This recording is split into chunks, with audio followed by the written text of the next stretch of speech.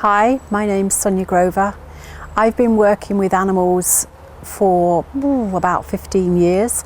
The work I've been doing has been a combination of healing in terms of treatments and Dr. Batchflower remedies. Today we're going to be investigating telepathy and what telepathy is, and exploring if we feel dogs are telepathic.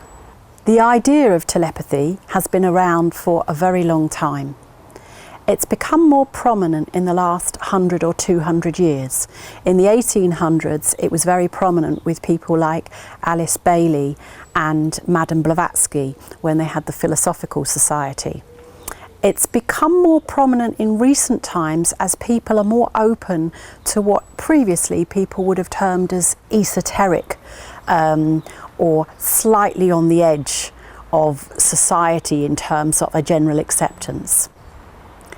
The meaning of telepathy, I suppose in the most simplest terms that I can explain it, is the ability of another living being, and here we're talking about dogs, but let's talk about people, where someone can pick up and communicate with another person or another being without the use of language. Whether that be verbal communication or whether that be physical communication through body language. So some people would say telepathy doesn't exist because we're still in the process of it being brought into mainstream understanding through science. However, there's many things, and you know, the old classic that everybody quotes is the world was flat until it was round. Some of the things you'll be familiar with your dogs is their ability to sense something before it actually comes up to them, another animal, another person.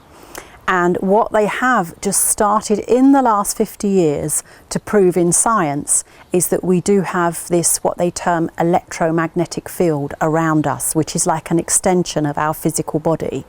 But 50, 100 years ago, there was no proof. Now, it's mainly within quantum physics where the research has been done on this, but it is coming into mainstream science that there is something outside of ourselves that we have the ability to sense. As soon as I start giving you examples, you will notice telepathy in your animals. A good example, when animals know what time you're coming home. And then you might have said, well, I always come home at the same time, but then you come home at a different time and there the dog is waiting for you knowing that you're coming home. So then you start to think, well, actually, maybe there's something more to this. Now, how I believe telepathy works, and I believe this is how it works within humans and with humans to animals or animals to animals, is because it's non-verbal and it's not a language. I actually believe, and this is what a lot of people say, that it's actually a picture that forms. So like an intent.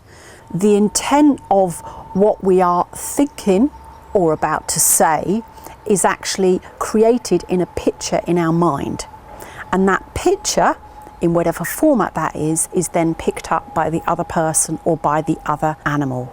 So much like the way radio waves work, those waves are being sent and then translated the other end to a form of communication that we can understand. So let me give a few examples of where I've experienced it myself, and a few things you might want to sort of practice and just kind of try out and see whether the communication that you have with your own dogs is actually telepathic. I know it will be, and I know you'll prove that yourself if you're wondering or not. And let me give you some examples of how this works. So a lovely little example is I like to have a little cuddle with my cat before I go to bed. So sometimes she's not around and I might call her and she might be out. So what I actually do is I just visualize her coming onto the bed and purring and, you know, just coming up, and I just send her all my love, and within a minute or two she actually appears. It's just quite amazing. And what seems to work is if I visualise her being beautifully happy and purring, and she's making me happy because she's there, and then she appears. And my feeling is that, especially dogs, all they want to do is give unconditional love. So if they know that it's making us happy for them to be close to us, all we need to do is visualise that. The same as we'd visualise anything, we just have an intention in our mind of what we want to happen. We would like the dog to be sitting next to us, to come to us, and the dog is very happy and I'm very happy, and just have that visualisation and sit with that and just see what happens. That's one example of how you could start with telepathy. Another example, and this is another thing I do, I often have to stay away quite a lot, and so I have somebody come in and look after my animals. And one of the things I do is, obviously I'll be getting home at all different times. So typically about 5 minutes before I get home, I will start thinking, and I have 2 cats at the moment, so I'll start thinking to my 2 cats and sending them messages, so I'll be visualising them and telling them that I'll be home in 5 minutes. And most of the time, it doesn't matter what the weather's like, they will be outside waiting for me. It's quite amazing. I'll send that image to them and they will be there. It will be all different times during the daytime, any day. They won't be expecting me and they will be there to greet me. And obviously I've also sent the intention that I would like to see them and I'd be very happy for them to greet me. Another way it can be used, and this is where I've used it extensively, because I'm away a lot, whatever animal it is that we have, we form a very strong bond with them, and it doesn't matter if they've been with us for 5 minutes or 20 years, it's still a very strong bond. And so there can be some level of stress or trauma if we are away for any period of time. So I make it very clear to my animals exactly where I'm going, that I'm going to be back, and how long I'm going to be, roughly, so they know. I typically, again, say it out loud. I think anybody hears me might think I'm completely insane, but I'm sure all of you do exactly the same thing with your dogs. So I actually say to them, I even tell them where I'm going, because I think, well, they're my companion, why wouldn't I be telling them where I'm going? And I tell them when I'm coming back. And so I have found that because I've done that, and I also have this intention that I need to go, or for whatever reason that I'm saying to them, I also say, it's fine, you'll be safe, I'll be back soon.